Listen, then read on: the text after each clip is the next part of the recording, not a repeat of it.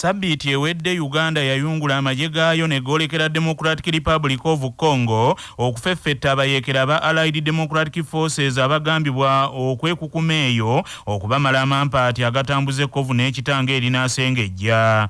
Oluvannyuma wajjawo okwemulugunya nga ababaka ba Paalamenti abamu bagamba ti gavumenti yali ekola kyali kikyamu olw'obutasaba Paalamenti lusa okutwala amagye mu nsi endala nga bwe kirambikiddwa mu mateeka. Ababaka mu ssetteeserezo abakulemberwamu akulira oludda oluvuganya gavumenti Oweekitiibwa Mathias Mpuuga Nsamba bagamba nti kiraga nti gavumenti yeeyongedde okuyisa amaaso mu Paalamenti n'okugijooga ng'egifuulidde ddala Ssekyuka kitaluma ente y'abato. Wabula mu katundu kaffe kanaka nze nga bwe ndaba tukuleetedde Ssaabaminisita Robinah Nabbanja Musafiri nga yanukula ebibuuzo ebimubuuziddwa Joseph Lukyamuzi ku bigambibwa nti gavumenti yayisizza amaaso mu Paalamenti mu bikwekweto ebiri e Congo.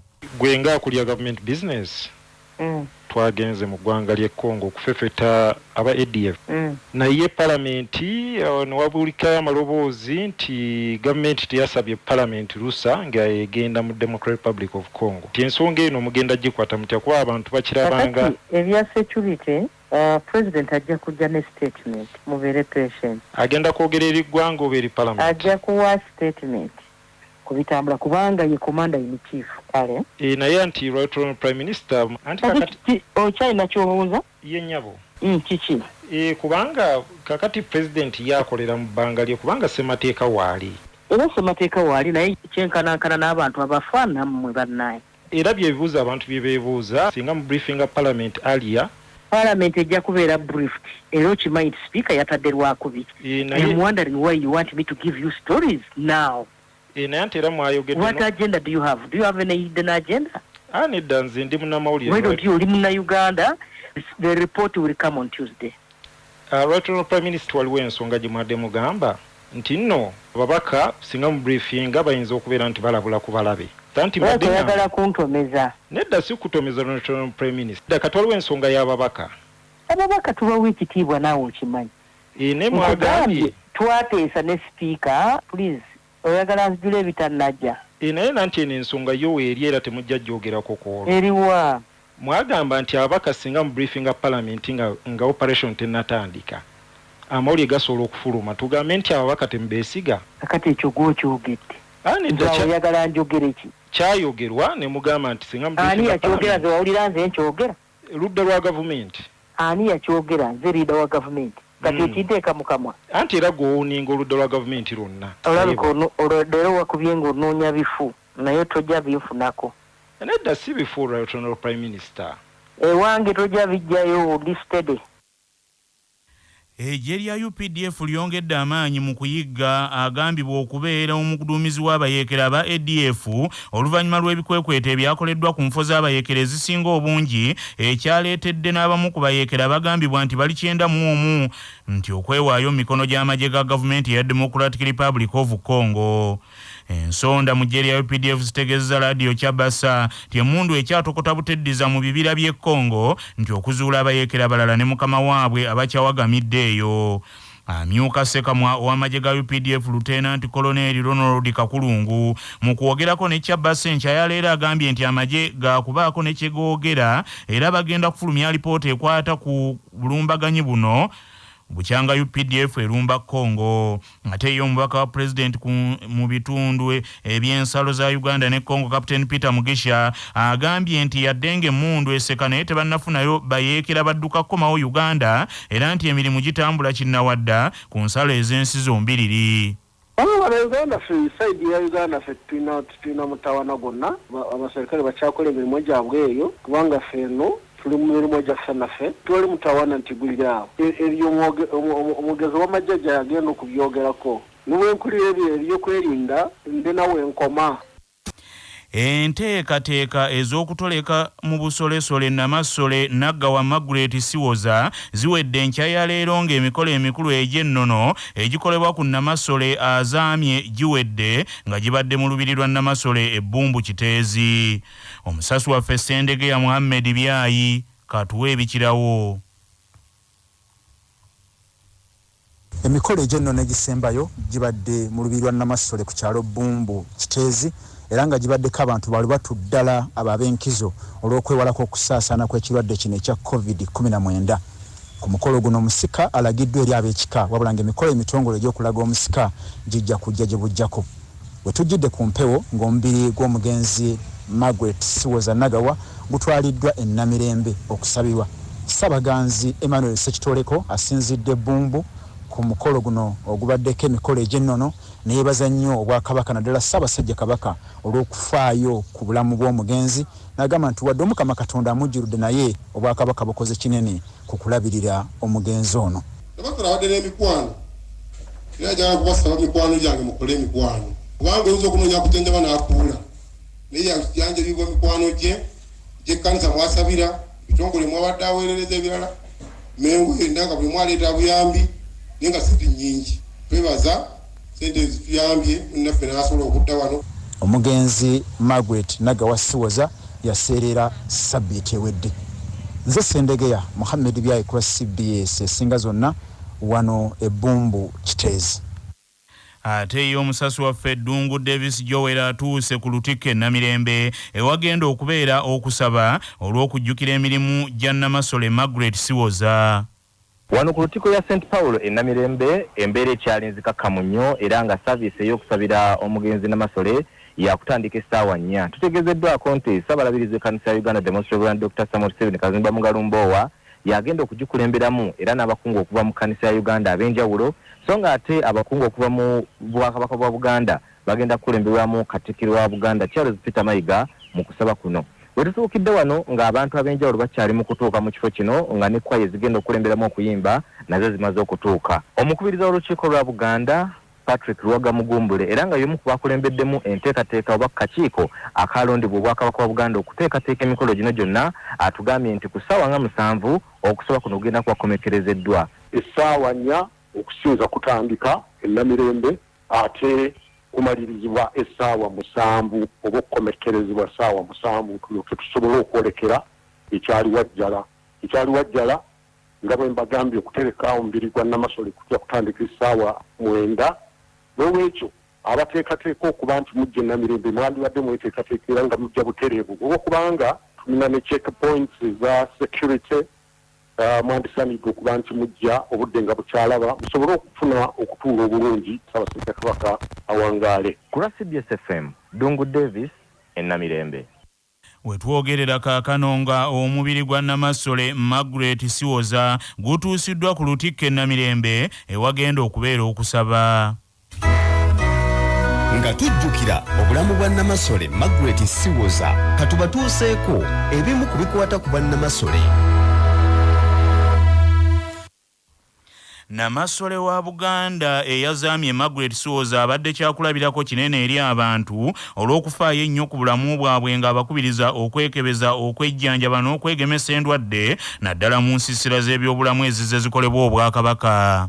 Neebaza nnyo Ssaabasajja Kabaka olw'okututeerawo ekikungo kino eky'okutugemesa nga obuyambi buno nga buva mu ddwaliro lye Kabaka Foundation Hospital. Nkubiriza abantu bonna okufuba okulaba nga beegemesa obulwadde buno. Olw'okubanga obulwadde buno tebwava dda tetwabulina edda abantu bayinza obutamanya nti weebuli naye mwebuli muffe butambula ate bwe bukwata oyinza obutamanyirawo nti bukutte. Poliisi ezikiriza omuliro etandise okunoonyereza ku nnabbambula w'omuliro eyakutte ekitundu eky'ekigungu Entebbe nga mwatukomekeddemu ebintu by'abasuubuzi n'abavubi bya bukadde na bukadde bwa nsimbi n'okusaanyaawo amaka agali mu 300 mu kiro ekikeesezza olunaku olwaleero. Omusasi waffe Kakooza George William katuwa ebikirawo. Mbeera ya bubulwa nakusoberwa wano ku mwalo gw'ekigungu mu municipali ey'Entebbe oluvannyuma lwa nnabbambula w'omuliro okukwata emmaali amaka awamu n'ebyobugagga by'abasuubuzi ku mwalo guno akawungeezi k'olunaku olw'eggulo byonna ne bisaanawo era nga poliisi we yatuukidde yasanze ebintu by'abasuubuzi bano byonna bisaanyeewo nga mu kiseera kino muyonga. CBS abasuubuzi beeyogeddeko nabo bonna babadde tebategeera omuliro gwavudde kusaanyawo maali yaabwe nga ssentebe w'eggombolola Air Division B etwala omwalo guno ogw'ekigungu Richard Ssekyondo atutegeezezza nti akaseera kano tandise okusala amagezi bayambiddwa batya nga bannakigungu. Nze Richard Ssekyondo chairman ow'Entebbe Division B mu municipal y'ene y'Entebbe twafunye enjega y'amaanyi omuliro bwe gwalumbye ekitundu ekimu ku mwalo gw'ekigungu wano ewasengukira abavubi bana bava ku bizinga Makusa ne Rwamunnyu ne gwokya ebintu byonna obutasigalawo kintu na kimu. Era olwaleero tuli mu kusoberwa ng'abakulembeze kubanga kati families eziweranga 300 n'abantu abagenda mu 1000 tebalina kakati webegekaluba ate tubadde twakava mu bizibu amabega eyo mu nkola eno ey'okulwanyisa envuba embi amaato baagaasa obutimba babwokya. Ekiseera kya tulowooza omwezi ogujja gwakuza abaana ku masomero kaakati olabira ddala ng'abantu bano bo baddidde ddala ku zero. Twagala okukowoola abazira kisa bonna abasobola okuddukira n'okuyambako bajje tutaase embeera. We tujjidde ku mpewo wakati mu kuwanjagira abazira kisa okubafunirayo emiti amabaati awamu n'ebintu ebyenjawulo ebyetaagisibwa bibayambe okubabudaabuda mu kiseera kino eky'ennaku kye balimu. Ku CBS FM ey'obujjajja nze Julia Mukakooza, Entebbe. Manya obuvuna obuddo obw'eddembe lyo tonyigirizibwa ddembe lyo ery'obwebanga. Kimenya mateeka omuntu afudde okusikirwa abantu abasukka mu omu nga munnamateeka omulangira Ivan Bwoweka kungulu bwa nnyonnyola. Etteeka erya Succession Act akawaayiro akasooka katulambika nti omusika ateekeddwa kuba omu era ng'omusika oyo ateekeddwa okubeera ng'ateereddwawo nga bayita mu buwangwa n'ennono ez'ekitundu ekyo oba eggwanga eryo. Wabula abalabirira estate oba ebintu by'omugenzi ng'amaze okufa bo balina kuteekebwako kkooti nga tuyita mu tteeka erya Administrator General's Act n'amateeka amalala mu Uganda. Naye ate ng'era n'omusika oyo ow'ebyobuwangwa asobola okubeera nga y'omu ku administrator kooti weebeere muwadde obuyinza. Empaka z'amasaza ga Buganda ez'omupiira ogw'ebigere ziddamu okuzanyibwa olwaleero luno n'emipiira ebiri mu kibinja Muganzirwazza nga ttiimu zonna zirwana okugenda ku mutendera oguddako okuggyako obusujju etakyalina mukisa gwonna kuyitawo. Ekibinja Muganzirwazza kirimu Buddu, Butambala, Busujju, Mawogola ne Buweekula. Omupiira ogusookawo ku ssaawa 6 ez'ettuntu batabani ba Muteesa ab'e Mawogola bagenda kuttunka n'abaana ba Kasujju ab'Ebusujju, ate ku ssaawa 9 ez'olweggulo batabani ba Katambala ab'e Butambala Bazuzumbe n'abaana ba Luweekula ab'e Buweekula. Buweekula ye kyakulembedde ekibinja kino n'obonero 7. Buddu eri mu kyakubiri n'obonero nayo 7, naye nga Buweekula yeeyina omugatte gwa ggoolo 5 ate Buddu erinayo 3. Mawogola erina akabonero kamu, Butambala akabonero kamu, ate Busujju yo tennabojjayo kabonero konna. Ekibinja kino kigenda kuggalawo ku Lwokusatu lwa Ssabbiiti eno olw'okuddeko ekibinja Bulange omuli Kyaggwe, Busiro, Bugerere ne Buvuma. Mu katundu kuno kwe kwaffe n'ennono ezaffe eza wano. Edda Nabugwamu ow'Emmamba yayimbagatanya ebintu bibiri ebikulu nga yali mwami wa Kabaka ate ng'era yali mmandwa ya Lubaale Mukasa okutuuka ku Kabaka Mawanda eyakiraba nti tasaanye kuba na bintu bibiri. Awo Kabaka Mawanda n'amalirira okugoba Nabugwamu mu bwami bwe yalimu okuva ku Kabaka Kimera asobole okwemaliza ku buweereza bwe obw'omwoyo ng'emmandwa ya Lubaale Mukasa aleme okusobya obukulu obwo. Nga tugenda mugebweru soko ojjukire bino nga bikutuusibwako Yugachi Poultry Breeders abalina emmere y'enkoko ey'omulembe ezikuza obulungi. Olwaleero ennaku z'omwezi ziri 6 omwezi ogw'e12 ogwa Ntenvu omwaka ogw'2021. Bwe lwali bwe luti mu 1985 gy'emyaka 36 egiyise, gavumenti ya Uganda yali yeekulirwa Generaali Tito Okello Lutwa yalangirira nti kikafuuwe okussa omukono ku ndagaano y'emirembe n'abayeekera ba NRA abaali bakulirwa Yoweri Museveni okuggyako nti nga basoose okusattulula gavumenti ey'ekiseera gye baali balangiridde mu bitundu bye baali bamaze okuwamba.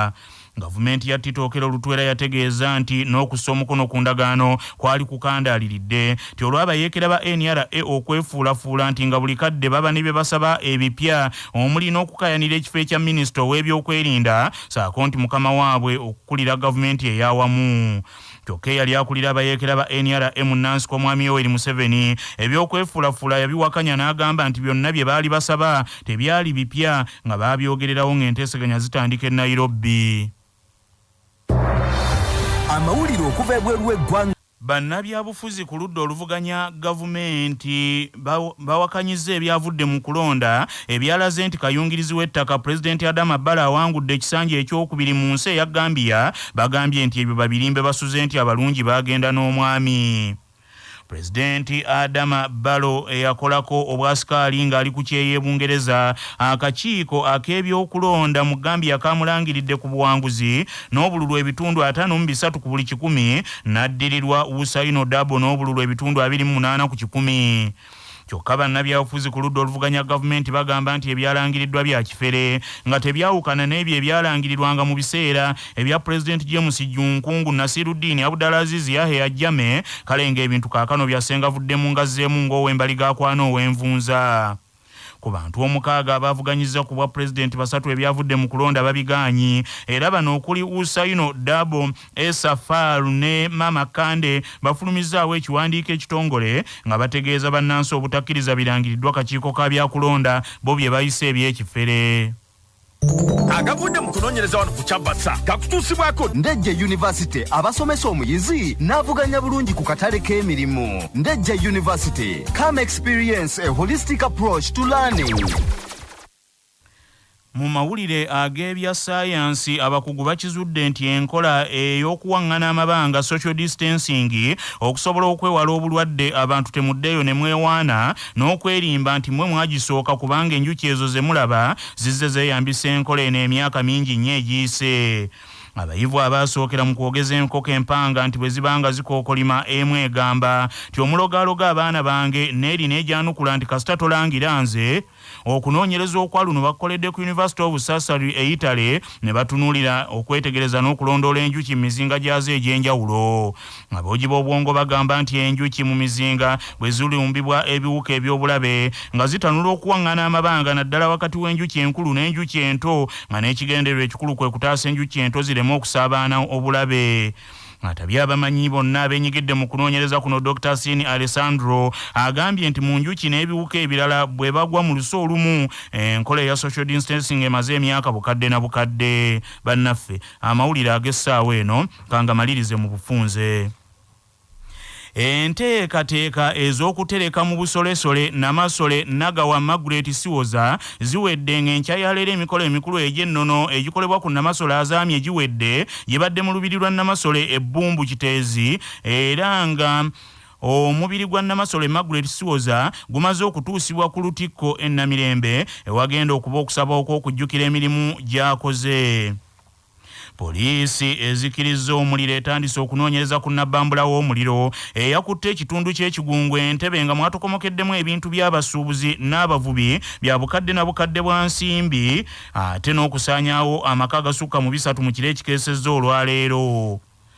Bannabyabufuzi ku ludda oluvuganya gavumenti bawakanyizza ebyavudde mu kulonda ebyalaze nti kayungirizi w'ettaka era eyakolako obwasikaali ng'ali ku kyeyo Pulezidenti Adama Barrow tyawangudde ekisanja ekyokubiri bagamba nti ebirangiriddwa bya kifere bagamba nti tebyawukana n'ebyo ebyalangirirwanga ku mulembe gw'omusajja gwe yajja mu buyinza Pulezidenti Abdulaziz Yahya Jammeh nga bagamba nti ebirangiriddwa si bye bituufu. Bannaffe amawulire ag'essaawa eno bwe gatyo bwe gagenze tova ku laadiyo ey'obujjajja.